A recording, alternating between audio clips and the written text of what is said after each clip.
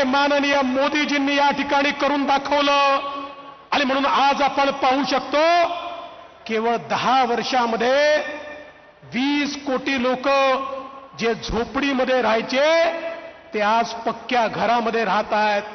50 कोटी लोक असे आहेत की ज्यांच्या घरी महिलांना हंडा घेऊन नदीवर जावं लागायचं, तलावावर जावं लागायचं, विहिरीवर जावं लागायचं। केवळ 5 वर्षामध्ये मोदीजींनी या 50 कोटी लोकांच्या घरामध्ये शुद्ध पिण्याचं पाणी पोचवलं, त्या ठिकाणी नळ पोचवला। हे मोदीजींनी केलेला चमत्कार आहे। आज आपण पाहू शकतो मोदीजींनी गरीब माणसाला एक अधिकार दिला। गरीबाच्या घरात गॅस असेल, गरीबाच्या घरी शौचालय असेल, गरीबाला अधिकारिता देण्याचं काम मोदीजींनी केलं।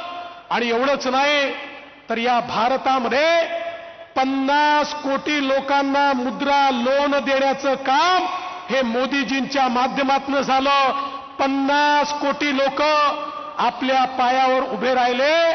आणि आज सगळ्यात आनंदाची गोष्ट काय आहे, 31 कोटी यामध्ये आमच्या माता भगिनी आहेत, महिला आहेत। 31 कोटी महिलांना त्यांच्या पायावर उभं करण्याचं काम हे मोदीजींच्या माध्यमातून झालं।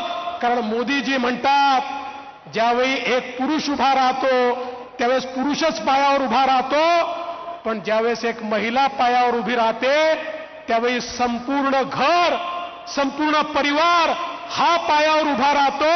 आणि म्हणून महिलांना अधिकारिता देण्याचं काम हे मोदीजींच्या माध्यमातून या ठिकाणी झालेलं आपण बघितलं। आज आपण पाहू शकतो जेव्हापासनं 2014 पासनं या ठिकाणी परिवर्तन झालं, मोदीजींच्या नेतृत्वात आम्ही काम चालू केलं। या विदर्भाचा झालेला विकास हा आपण सगळ्यांनी बघितला। आज समृद्धी महामार्गासारखा एक महामार्ग माननीय मुख्यमंत्री महोदय आम्ही त्या ठिकाणी केला। आता समृद्धी महामार्ग प्रफुल्ल पटेल साहेब तुमच्या भंडारा गोंदियाकडे देखील आम्ही त्या ठिकाणी नेतो आहोत। आणि या समृद्धी महामार्गाच्या माध्यमातून माननीय नितीनजींच्या नेतृत्वामध्ये मोठ्या प्रमाणात इन्व्हेस्टमेंट आणून मिहान सारखा प्रकल्प असेल याच्या माध्यमातून मोठ्या प्रमाणात रोजगाराची निर्मिती ही आपण या ठिकाणी करतो आहोत। आणि एवढंच नाही तर आता समृद्धी महामार्गासोबत एक अजून महामार्ग, शक्तीपीठ महामार्ग आता आपण हातामध्ये घेतला। आणि माननीय मुख्यमंत्र्यांच्या नेतृत्वामध्ये नागपूरपासनं गोव्यापर्यंत हा शक्तीपीठ महामार्ग जाणार आहे। आणि या माध्यमातून आमच्या नागपूर जिल्ह्याला प्रचंड मोठा फायदा होणार आहे। बंधू भगिनींनो, गोसीखुर्द सारख्या धरणाचं काम जे वर्षानुवर्ष त्या ठिकाणी अडकलं होतं ते काम आम्ही हातात घेतलं। माननीय मोदीजी, माननीय नितीनजी यांच्या मदतीनं आज इतक्या मोठ्या प्रमाणात गोसीखुर्दचं काम त्या ठिकाणी आपण केलं। 2025 साली गोसीखुर्दचं काम आम्ही पूर्ण करून दाखवणार आहोत। लोक म्हणायचे गोसीखुर्दचं काम हे हनुमानजींच्या शेपटीसारखं आहे, हे संपतच नाही, पण हे आपण बदलून दाखवलं। आज नागपूर जिल्हा असेल, भंडारा जिल्हा असेल, चंद्रपूर जिल्हा असेल, या ठिकाणी पाणी पोचवण्याचं काम आपण केलं। पण आता त्याच्याही पेक्षा मोठा प्रकल्प आपण हातामध्ये घेतला। गोसीखुर्द धरणाच्या खालून जे शेकडो टीएमसी पाणी समुद्राला वाहून जातं, आता तेही पाणी विदर्भामध्ये आणण्याचा निर्णय आपण घेतला।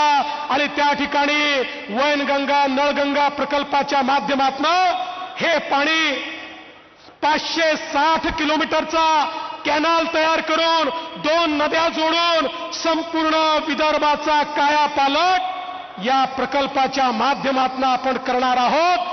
माझ्या शेतकऱ्याच्या शेतीला पाणी मिळणार आहे आणि त्याच्या जीवनामध्ये मोठं परिवर्तन हे या ठिकाणी होणार आहे।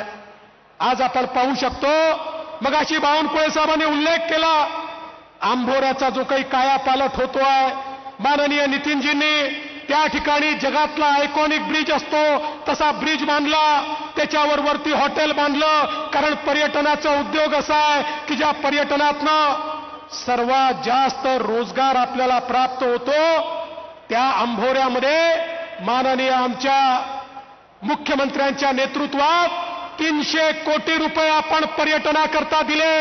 आणि आता आपलं जे नागपूर आहे, भंडारा आहे, हे वन पर्यटनासोबत जल पर्यटनामध्ये देखील पहिल्या क्रमांकावर येणार आहे आणि मोठ्या प्रमाणात रोजगार हा त्या ठिकाणी निश्चितपणे प्राप्त होईल, हा मला विश्वास आहे. आज केवळ या ठिकाणी एवढंच नाही तर आपण रामटेक या मतदारसंघामध्ये आहोत. एकीकडे रामाचं मंदिर झालं तर आमच्या रामटेकचा विकास देखील आशिष बाबू झाला पाहिजे आणि म्हणून 150 कोटी रुपये गडमंदिराच्या विकासाकरता या ठिकाणी आपल्या सरकारने दिला आणि रामटेक महोत्सव हा दरवर्षी घेण्याचा निर्धार आम्ही केला. आता दरवर्षी रामटेक महोत्सव होईल आणि देशभरातले पर्यटक प्रभू श्रीरामांचं दर्शन देखील घेतील आणि रामटेक महोत्सव देखील करतील. आज आमच्या सुलेखाताईंच्या नेतृत्वात एवढं मोठं ड्रॅगन पॅलेस टेम्पल त्या ठिकाणी तयार झालं.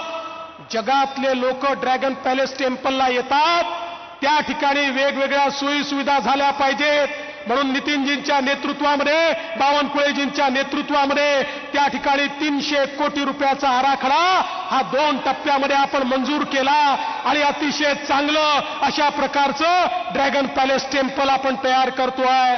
नागपूरच्या दीक्षाभूमीवर माननीय नितीनजींच्या नेतृत्वामध्ये आपण काम सुरू केलं. मला अतिशय आनंद आहे. आता आपल्या सरकारने 200 कोटी रुपये दीक्षाभूमीला दिले आणि त्या ठिकाणी देखील अत्याधुनिक अशा प्रकारच्या सोयी सुविधा या आपण तयार करतोय. मगाशी आठवले साहेब म्हणाले ते खरं आहे. हे जे काँग्रेसचे पोपट आहेत, हे निवडणूक जवळ आली की यांचं सुरू होतं संविधान बदलणार. अरे पोपटांनो, लक्षात ठेवा, जोपर्यंत चंद्र आणि सूर्य आहे तोपर्यंत बाबासाहेबांचं संविधान हे कोणीच बदलू शकत नाही. आणि बंधू भगिनींनो, या देशामध्ये नरेंद्र मोदी एक असे पंतप्रधान आहेत की ज्यांनी सांगितलं मला गीता, बायबल, कुराणपेक्षा देखील देशाचं संविधान महत्वाचं आहे. आणि मोदीजींनी ज्यावेळी शपथ घेतली त्यावेळी त्या ठिकाणी पहिल्यांदा जाऊन संविधानाचं दर्शन घेतलं आणि त्यानंतर या ठिकाणी शपथ घेण्याचं काम केलं. माझा सवाल आहे काँग्रेसच्या लोकांना, भारतरत्न डॉक्टर बाबासाहेब आंबेडकरांनी आपल्याला संविधान दिलं, त्या भारतरत्न डॉक्टर